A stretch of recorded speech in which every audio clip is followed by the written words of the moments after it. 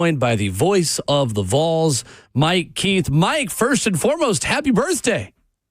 Thank you. I appreciate that. Yeah. That's the reason I chose to come on today, because I knew you'd get to wish me a happy birthday and let everyone know on the air. So thank you so much. You're welcome. Absolutely. That's so good right there, Mike. It's nothing like having everybody know it's your birthday, too. Oh, thank you. Tremendous. I love Well, it. happy birthday again, Mike. Thank you. I love it. Do I have to bring a cake Saturday still? Yes. Okay. That you bake personally. I only accept homemade goods. I got to No get it. store-bought in the Vol Network booth. I got to get it before Keisha goes out of town then, Mike. I got you. Keisha, you're listening. Make it now from scratch. Is that how you do the wife thing, Mike? Wow. No. The wife thing. I admire your style, but no, not in my house. I'm going to text it from my fiance in a minute, like, no, you don't. Right. Anyway. I'm going to get one in about 3 seconds, That's Mike. right. Just wait There you on go. There you go. Huge mistake. Mike, as you look forward to this matchup between Tennessee and Georgia, what is the question you are most excited to get an answer to about Tennessee and the way they match up with Kirby Smart's team this Saturday? I think it's that. I think it's about the physical matchup, because it's going to let you know more about where this program is. When Josh Heupel came in and took over in 20, or the end of 20, start of 21 for the 21 season, Tennessee didn't have the personnel to match up with Georgia or the elite SEC teams. They got better, and they showed more in 22 and more in 23 and more in 24. I think the game last year in Athens in November, Tennessee showed they can match up physically. They didn't finish in the second half, though. Now, do they have more people? Do they have more ability to match up in that way and to go 60 minutes and complete the job against the Georgia Bulldogs? I think that's the overriding question, because for where Tennessee was, Will, they didn't have the athletes. And they had some skill players, and they had a good scheme, and they had some talented guys, but it takes a depth. It takes an overriding offensive line, defensive line, depth really everywhere, how physical you are on special teams, things of that sort to beat a Georgia. And that's what they've had since Kirby Smart took over. That's what they've had, especially over the last 8 years where they've won 99 games. You just come to an understanding very quickly that in this league with the elite teams, if you are going to be an elite team, you must match up physically. This next recruiting class is another one where you can see SEC athletes throughout the class. Tennessee didn't have enough of them when Josh Heupel got here. It feels like he's getting closer to having that sort of level of talent, 1 to 85 or 1 to 90, 1 to 100, whatever you want to call it. We'll see on Saturday. Mike, as you look at what Joey Aguilar has done so far, it feels like these are the kinds of games and stages that he has been counted out of through a lot of his career. And he has made a football life out of rising to the occasion in moments like this where a lot of people maybe nationally aren't giving him much of a chance. What has impressed you the most watching him? I know we've probably asked you this question the past couple of weeks, Mike, but I feel like we keep getting new info and new evidence of just how ready he is as he goes into a stage like this. What is your feeling on Joey and the way that he has met the moment so far in Knoxville? It's a good question, Will. And just to give you something behind the scenes a little bit, Marty Smith from ESPN has been in town, and he's going to actually be on the Mike Keith show this afternoon between 2 and 4 on the Tennessee Athletics YouTube channel. Just throw a little plug for that. Love it. But in talking with, I probably owe you some money for advertising. I'll hit you later on Venmo. We're good. We're good. Thanks. But Marty came back, and the interview and the piece that he's doing for Game Day for ESPN on Saturday, I think it's going to be really special because we're continuing to peel back the layers of Joey Aguilar's journey to Tennessee and the 24 years that it took him to get here. And the reason that Mama and Grandma were crying at the East Tennessee State game with tears of joy, seeing him get this opportunity. Well, I think he's ready as a human being. I think that's the part of it. And you say, well, what does that even mean? I think this young man has seen some things, has grown, has been through a couple of ups and downs that make him ready to handle 102,000 and the national spotlight for Tennessee and Georgia. Now, the performance part of it, we'll see. We'll see if he's got the physical skills. He's got to have a lot of things around him go right. In this matchup in particular, the last 3 years, the Tennessee quarterback has been hit way too much. The Tennessee receivers have not gotten open. Tennessee hasn't thrown a touchdown pass in this game in the last 3 years, which is an amazing statistic for this offense. He needs a lot of help, but I think he's ready to meet the moment because I think as a person, Joey Aguilar, and as a football player, he's seen enough things that I don't think anything is going to overwhelm him. And I'm really, not only am I looking forward to the ball game, I'm looking forward to game day being here in Knoxville and looking forward to Marty Smith's story. No doubt about it. We're joined by Mike Key, voice of the Vols, and Jess, also it's his birthday, so go to his social medias and wish him a happy birthday. Thank you. Yes, Thank you, Ramon. Mike, looking at this game this weekend, Carson Beck was there last year. We knew what Joe Milton was for the Vols last year also. This year, I'm not sure what Gunnar Stockton is. I know they're high on him. I know he's a highly rated guy from the state of Georgia. Joey Aguilar is a 24-year-old. This matchup is unique because there's a lot of unknowns about these guys in these type of matchups, but there's also a lot of youth and transfers on both sides too. How do we look at these two quarterbacks going into it and how we expect them to play, Mike, more than anything? I know Joey has the arm. Gunnar has the legs too. How do you view it? It's an interesting question, Ramon, because Joey has 26 starts under his belt, but he doesn't have a start that compares to this one.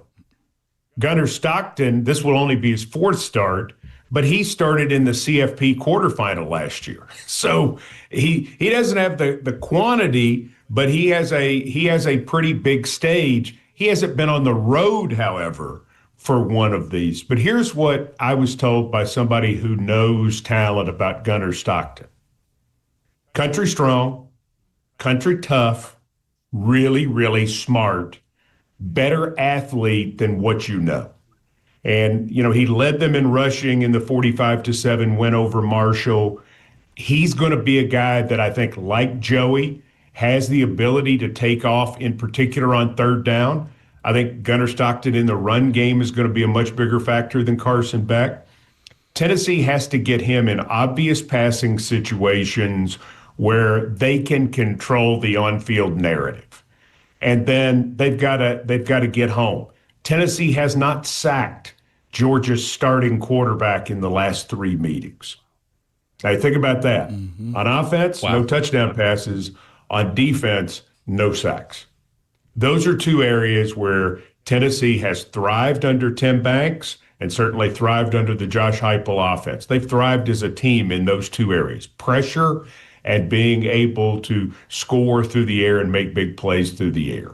So I think on both sides, Tennessee's got to help Joey Aguilar, and they've got to make it as tough as possible on Gunnar Stockton. But I'm impressed in watching him. I get it. I get why the Georgia players love playing for him. And you're going to have to get him on the ground before the play is over, meaning you can't just hit him. You're going to have to finish him. And that's going to be a hard thing to do. With their ability, talent-wise, everywhere else, they could be a championship team with this guy at quarterback. Mm-hmm. I'm fully confident in that because of who I think he is and what I think he does. What's interesting this entire offseason, I feel like the conversation has been about the Vols' ability to score in the red zone. They've somewhat proven that over the last couple of weeks. I know it's not Georgia, but that is something that I do feel like watching last week. It was a premature snap, and Joey Aguilar caught it, was calm enough to still throw it into the end zone to Chris Brazzell. And that is something I'm hoping changes this week, Mike, with the emphasis on red zone offense for the Vols, just based upon the fact that Joey's a slinger. He can also utilize his legs, and that the physicality that we've seen the offensive line play with as of late, I love, and I've said this all this week, I've loved what the past offensive line was last year or the year before. But I don't know if they've been as physical as this group has been in the past 2 games, Mike. Are you seeing that physicality being able to match up front with the guys if they have to punch the football in the tight red zone? Going to have to be. I mean, when you look at Georgia up front, it's impressive, like it always is. And the first thing that you start with is their size, Ramon. They're no 202-pound linebackers in their lineup. I mean, it's the old Bill Parcells theory is when in doubt, play the bigger guy. Bully him with size. And I think that's a lot of what Georgia's able to do is they have athletes at linebacker who are 235, 240 pounds. They certainly have the guys up front that they rotate through that are 300-plus pounds. They have athletes in that front 7. They have safeties that can and will tackle. They have corners that can and will tackle. So I think Tennessee's challenge in this game is going to be staying with blocks, receiver blocking, tight end blocking, all of those things factor in. Because, in my opinion, you're not going to win this game with 3s. You're going to win this game with 7s. And Tennessee's inability to get 7s in this series, 54 total points in 4 games, their inability to get 7s has been a big factor. They've had a chance to win a couple of those games. They've certainly been in them. They've had moments. Last year, Boo Carter being tackled on the punt return that would have made it 14-0, being tackled by the punter. You would think that's something that motivates him and that motivates Tennessee special teams. If you finish that and you go up there 14-0, is that a different game? Does that feel different? Is momentum different? Those to me are the challenges about this. And it starts with the run game in the red zone, because when you get down there, you want to finish and you don't want to take 3s. You want to get 7s. And to win a big game in the SEC, you have to be prepared to do that. Voice of the Vols, Mike Keith, our guest, brought to you by Two Rivers Ford and Volunteer Traditions. Mike, when you look at these Tennessee wide receivers, Mike Matthews made a play on that jump ball, and Mike's down there somewhere play that Joey threw to him against ETSU. Braylon Staley has already showcased his deep play ability. What's it been like getting to know some of those wide receivers, Mike, in a room that's not very deep?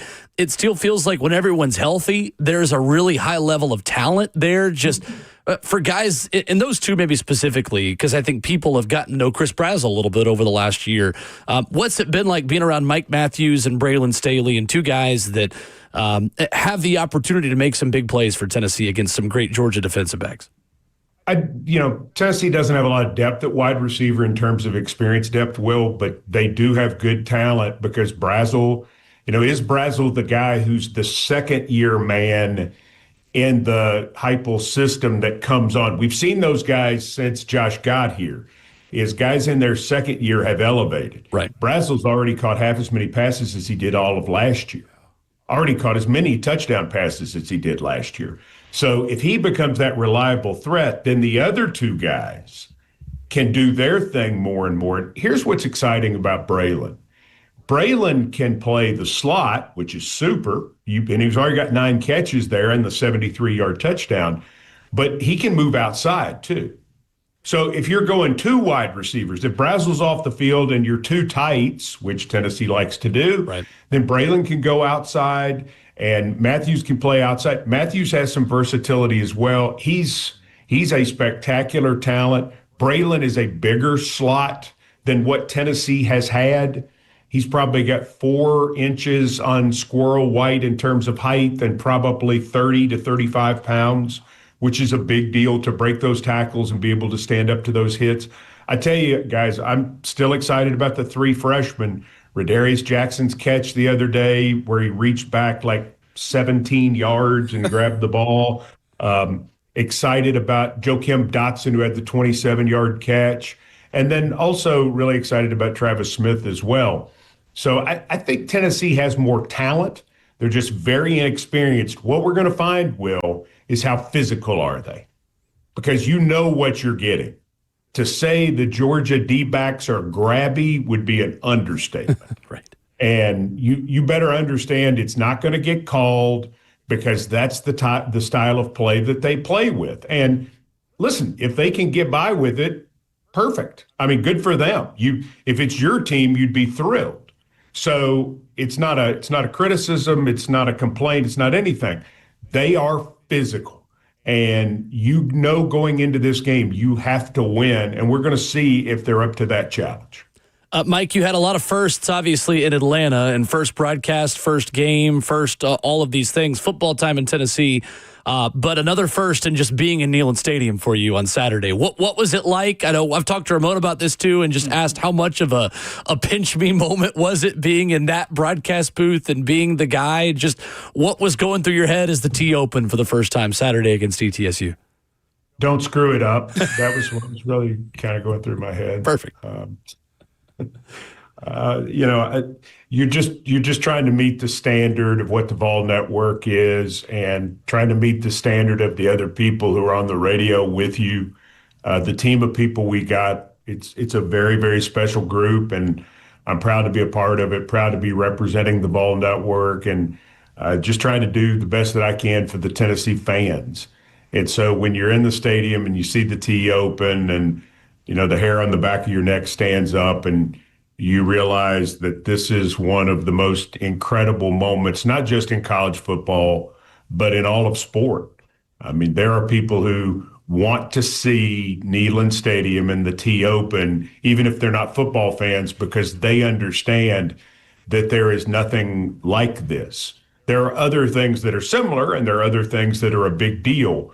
But this is one of the most signature moments and one of the most signature places in all of American sport. And it's an honor to be a part of it. And trying to meet that standard is something that brings pressure. It should. I mean, you better be ready to go. And so I hope I've been able to do that so far, and I'm going to try not to screw it up on Saturday.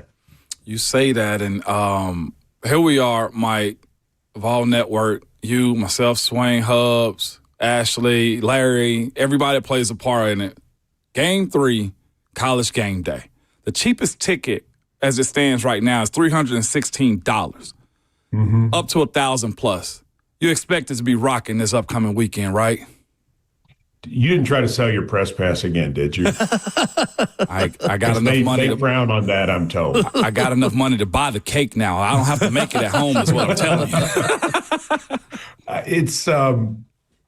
It's why you love this, and it's why you do this. And I remember the moments coming to the stadium as a kid, walking in for 82 Alabama, walking in for 85 Auburn, walking in for 85 Vanderbilt to win the SEC. All of these things where you have big moments, you totally understand it, and you're so appreciative. And I think Tennessee fans right now are so appreciative because 5 years ago, when everything went down like it did at the end of the 2020 season, you thought it might be 10 to 15 years before you'd get back to this. And Josh Heupel has gotten this program back so quickly. You have such respect for Georgia. I mean, they've done it, man. I mean, they're 55-5 in the last 5 years. And I mean, it's crazy what they've been able to do. And you have to tip your hat. And they come in here, and I don't mean the pun, but they are the big dog. And you have a chance. You have a chance to do something, to elevate yourself in the conversation, to take a big step forward towards being in the college football playoff. You win a game like this, it's a big deal. You lose it, even for Tennessee or for Georgia, it's not the end of the world. And in some ways, that makes this even better because it's not like back in the 90s when you were playing Florida and you knew you were standing on the cliff that if you didn't win, you weren't going to have a chance to go to the SEC championship. Now it's different. Now you can just let the haymakers go and just feel all the feels and enjoy it. And I think that's what this Saturday is all about for Georgia fans, and certainly at home at Neyland Stadium, what it's all about for Tennessee fans. Voice of the Vols, Mike Keith, joins us Thursdays at 8:20 here on the show. Tennessee and Georgia, of course, right here on our airwaves, courtesy of the Vol Network this Saturday. Mike, we're excited. Happy birthday. I hope Josh Heupel gets you a win for your birthday on Saturday. That would be my number one gift. I love it. Absolutely. Thank you, Mike. Thanks, Mike. Go Vols. Yes, sir. Mike Keith with us here this morning, previewing Tennessee and Georgia, presented by Two Rivers Ford and Volunteer Traditions. Hope you've got a knob where you can turn up the Mike's voice and your voice in your ears, because it's going to be loud in there on Saturday. It is. I'm looking forward to it, man. I've somewhat tempered myself yelling at my middle school practice at the boys out there that mess up. Good. Larry Stone told me, it's like, hey, you got to save your voice. And I was just like, I never thought about saying I'm yelling at kids. And I had to dial myself back that day because we had a little scrimmage, man. I was like, all right, I got to be ready this weekend. Yeah, that's right. I ain't even playing. Hot tea. Yeah. I'll give you my remedies to make Okay. sure your voice is good to go. Please do. You've been at this for a while yourself. Well, yeah. By the way, I hope somebody catches the images of it. Ashley Farrell, who does a lot of the content and videos inside the studio or inside the press box, I hope she catches Mike one time before the kickoff. Mike is like in the corner, like he's about to box, like Rocky, bouncing back and forth like a boxer. If you see him, he's athletic. Mike is athletic as heck, and he's just bouncing and hopping, man, like he's about to run through the tee. It is. I was like, Mike, I didn't know your style. Get in the zone. He in the zone, man. I love that.